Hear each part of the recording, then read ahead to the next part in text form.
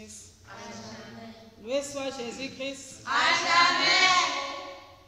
Chers frères et sœurs, nous allons continuer nos enseignements sur le décalogue, les 10 commandements et les portes offertes à Satan. Et aujourd'hui, nous allons nous intéresser un peu au 4e commandement.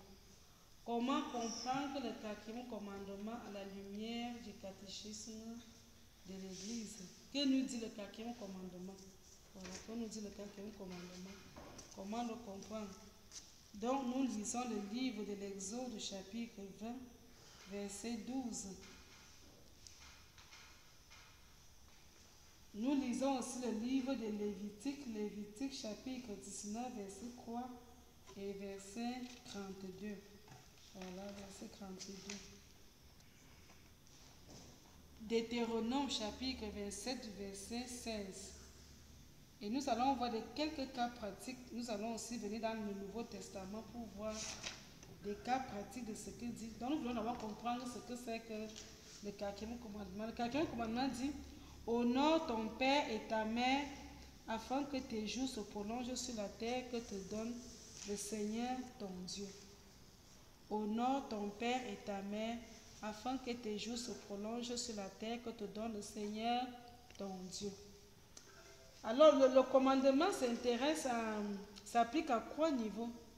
Il y a les devoirs des enfants, il y a les devoirs des parents, et il y a le problème des autorités, les autorités civiles. Voilà, donc c'est à 3 niveaux. Concernant donc les enfants, on dit l'enfant, quand il est encore jeune, il est encore mineur, il est encore sourd, il habite chez les parents, il est mineur. Bon, jusqu'à un certain âge, ça dépend des pays. Tant que l'enfant est mineur et qu'il vit avec les parents, ou alors même s'il vit avec un tuteur, cet enfant doit obéir à ses parents. L'obéissance aux parents ne cesse lorsque l'enfant est déjà émancipé, lorsque l'enfant est devenu grand, l'enfant est devenu adulte. À ce moment, l'obéissance cesse. Mais quand l'obéissance cesse, le respect des parents demeure. Donc le respect est un peu dit éternel, mais c'est l'obéissance qui dure pour un temps donné. Voilà.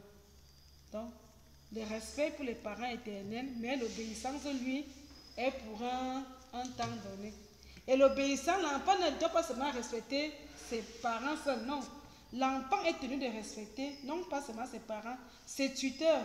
Si l'enfant habite peut-être chez un oncle, chez une tante, je ne sais pas qui, mais qui joue le rôle de tuteur, l'enfant doit obéir à ce tuteur. L'enfant doit obéir à son tuteur. L'enfant doit obéir à son enseignant. Si tu vas à l'école, tu dois obéir à ton enseignant, celui qui te donne les cours.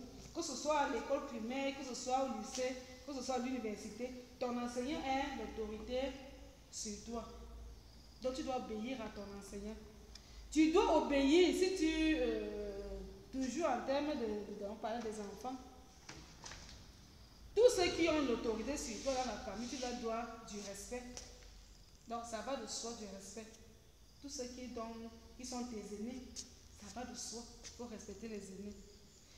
L'autre chose aussi maintenant, lorsqu'on est devenu grand, on est devenu adulte, on n'est plus soumis, on n'est plus tenu par la loi de l'obéissance. Maintenant, on est tenu par la loi du respect. Mais maintenant, ce qu'on demande aux enfants, c'est l'amour et la reconnaissance envers les parents. Si tu as les biens matériels, tu peux venir en aide à tes parents qui n'ont plus rien. Voilà. Donc, tu dois leur venir en aide. S'ils ont faim ou bien sont malades, tu dois venir en aide. Donc, c'est ce que le commandement demande. Apporter une aide matérielle et morale aux parents dans leur maladie ou dans leur vieillesse. Le commandement demande qu'on se comporte bien en famille. On se comporte bien en famille. Mais maintenant aussi, le même commandement dit, ça vaut aussi même pour les autorités. Lorsque le parent, ou bien le tuteur, ou bien le professeur donne un ordre qui est manifestement illégal, lorsque le tuteur ou le professeur, le parent, le tuteur ou bien donne un ordre qui est manifestement illégal, l'enfant ne doit pas obéir à cet ordre. Il est tenu de désobéir à l'ordre. Lorsque tu vois que l'ordre est soit immoral, soit illégal, soit alors non conforme à la volonté de Dieu, tu dois désobéir. Donc si Dieu te dit, par exemple, tu ne dois pas forniquer, la fornication est un péché, ton père ou ta mère te dit, ma fille, fais un enfant hors mariage. Il y a un problème parce qu'il y a la volonté de Dieu d'un côté, il y a la volonté du parent. Dieu te dit, tu ne dois pas forniquer, donc ça veut dire que tu ne dois pas faire un enfant hors mariage. Le parent te dit que va le faire, qu'il faut obéir. Saint Pierre répond à la question lorsqu'on l'a arrêté avec ces gens. On lui a dit, n'est plus évangéliser au nom de Jésus. Après avoir guéri le paralytique qui était à l'entrée du temple, il était avec ces gens, on les a arrêtés. Et les pharisiens leur ont dit que on vous interdit d'enseigner au nom de ce Jésus que nous on a crucifié, on l'a fait crucifier. Et vous continuez à enseigner. Et Pierre leur a dit non. Mieux vaut obéir à Dieu que d'obéir aux hommes. Nous, on ne peut pas faire que nous, que Jésus qui est notre mère, nous a demandé d'aller évangéliser. Et vous, les prêtres, vous voulez nous dire qu'on ne doit pas aller, on ne doit plus parler de Jésus. Nous, on va seulement continuer parce que mieux vaut obéir à Dieu que d'obéir aux hommes. Ça vaut donc, ça rejoint ce qu'on est en train de dire que si ce que le parent te demande de faire n'est pas concret, est concret à la volonté de Dieu, mieux vaut obéir à la loi de Dieu, mieux vaut obéir à ce que Dieu te dit que d'obéir aux parents, que d'obéir aux parents. Parce que Dieu est au-dessus des parents, Dieu est au-dessus de ton professeur. Même si ton professeur te dit que viens coucher avec moi, je vais te donner ceci, tu ne dois pas accepter. Peu importe la personne qui est devant toi, même si c'est le patron qui te dit que va voler, va faire ceci. Si l'ordre est illégal, tu ne dois pas obéir à cet ordre. Même dans la loi civile, même dans nos codes civils, c'est écrit cela. On ne doit pas obéir à un ordre qui est manifestement illégal. Donc, le principe est que pour les enfants d'obéir, mais l'exception c'est que si l'ordre est illégal, on ne doit pas obéir. Voilà. Maintenant, pour les parents, quels sont les devoirs des parents? Le parent a le devoir d'encadrer, donner une formation religieuse à son enfant. Quand tu es déjà parent, c'est le premier devoir de l'enfant. La première catéchèse se fait à la maison. Le parent est le premier catéchiste de son enfant. Jésus a été formé à la première catéchèse par son père. C'est Joseph qui a enseigné à Jésus les commandements tous les premiers jours. Il a joué le rôle de père en tant que père. Mais combien de pères aujourd'hui appellent leurs enfants et ça sert pour causer des choses de Dieu? C'est toi le parent qui doit enseigner à ton enfant les commandements de Dieu. C'est toi qui dois prendre ton enfant, tu l'amènes à l'église chaque dimanche quand tu viens à la messe. Tu amènes ton enfant. C'est toi le parent qui enseigne à l'enfant que pendant que le fait l'offrande, tu donnes un peu 50, 100 francs, 200, 500, etc. Pour que l'enfant ait donné à la quête. Quand l'enfant s'habitue comme ça, le parent, même quand il va devenir grand, l'attitude sera restée parce que toi, le parent, tu as montré le chemin. Mais quand toi, le parent, tu sors, tu pars à la messe, tu laisses l'enfant à la maison, est-ce que tu es en train d'aider ton enfant? Est-ce que tu penses que quand il va devenir grand, qu'il va connaître Dieu? Tu es le premier catéchiste de ton enfant. C'est le devoir d'un parent. Le devoir d'un parent est l'attention économique. Le parent a le devoir de s'occuper de son enfant. De payer si ton enfant doit aller à l'école, c'est toi qui payes l'école.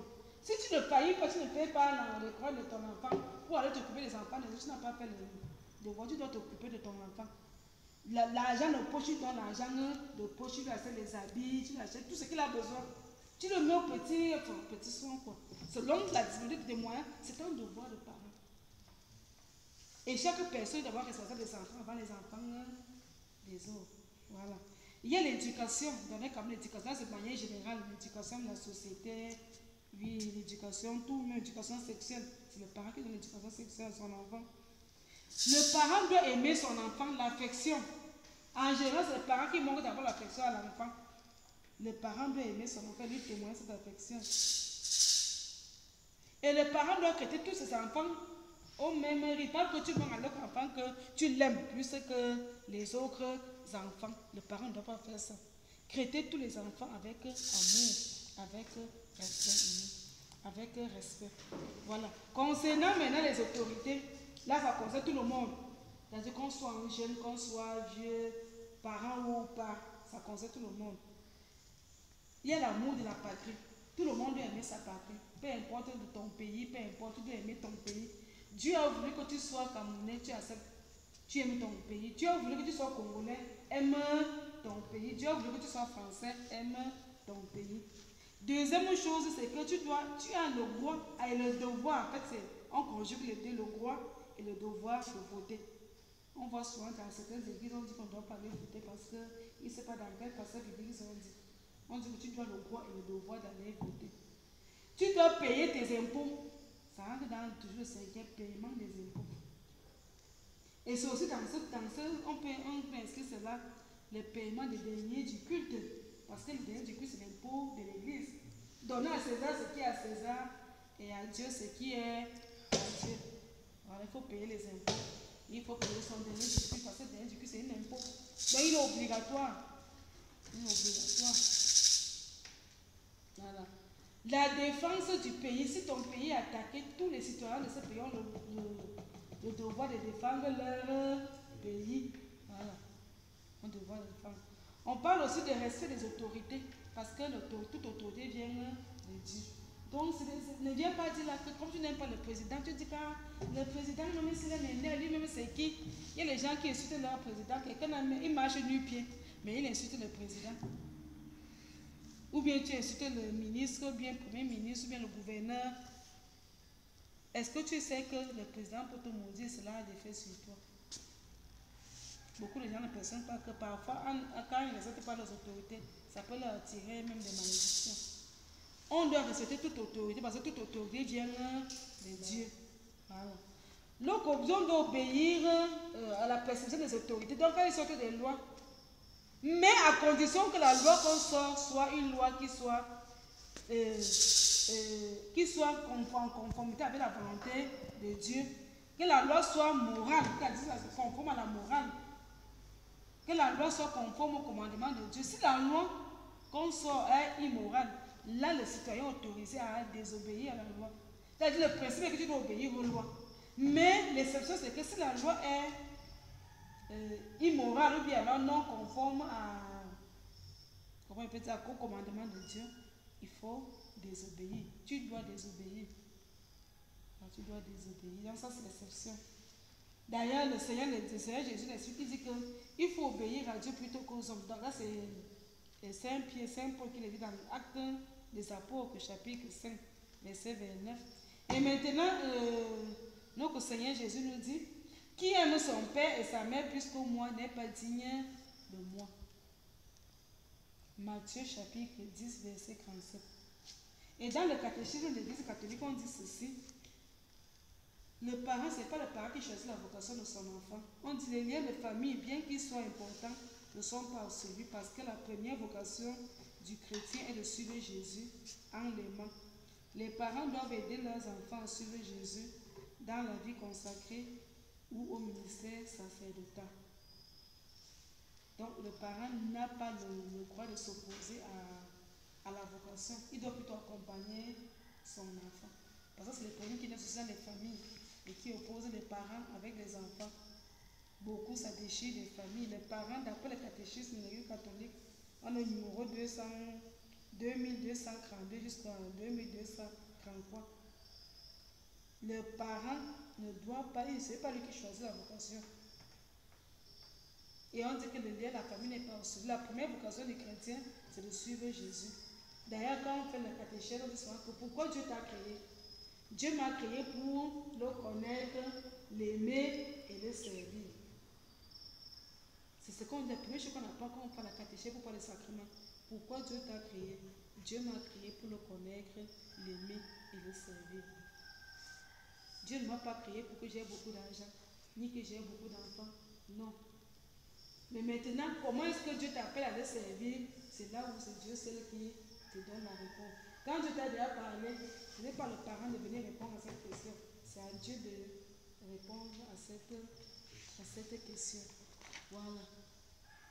Donc voilà, on pense qu'on retient. On retient que l'enfant, tant qu'il est mineur et qu'il reste les parents, il est tenu à obéir à ses parents. Lorsqu'il devient adulte, il n'est plus tenu par l'obéissance. Il n'est plus tenu par l'obéissance. Parce que l'obéissance, ça c'est avec l'émancipation de l'enfant, bien quand l'enfant devient adulte. Par ailleurs, si l'ordre donné par le parent, bien par le tuteur, par l'autorité est illégal, on doit désobéir à cet ordre. Mieux vaut obéir à Dieu que d'obéir aux hommes. Et le parent doit s'occuper de son enfant, lui donner une formation religieuse, l'éducation, s'occuper de ses besoins élémentaires. Et on doit respecter toutes les autorités civiles, payer ses impôts, aller voter, défendre sa patrie, aimer son pays. Loué soit Jésus-Christ. À jamais.